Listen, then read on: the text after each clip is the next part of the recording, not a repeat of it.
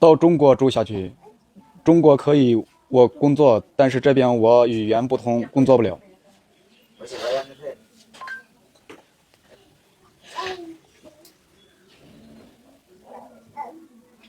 আমি যদি চীনে থাকি তাহলে সেখানে কাজ করতে পারবো, কিন্তু আমি এখানে কাজ করতে পারবো না কারণ আমি সেখানকার ভাষা বলতে পারি না।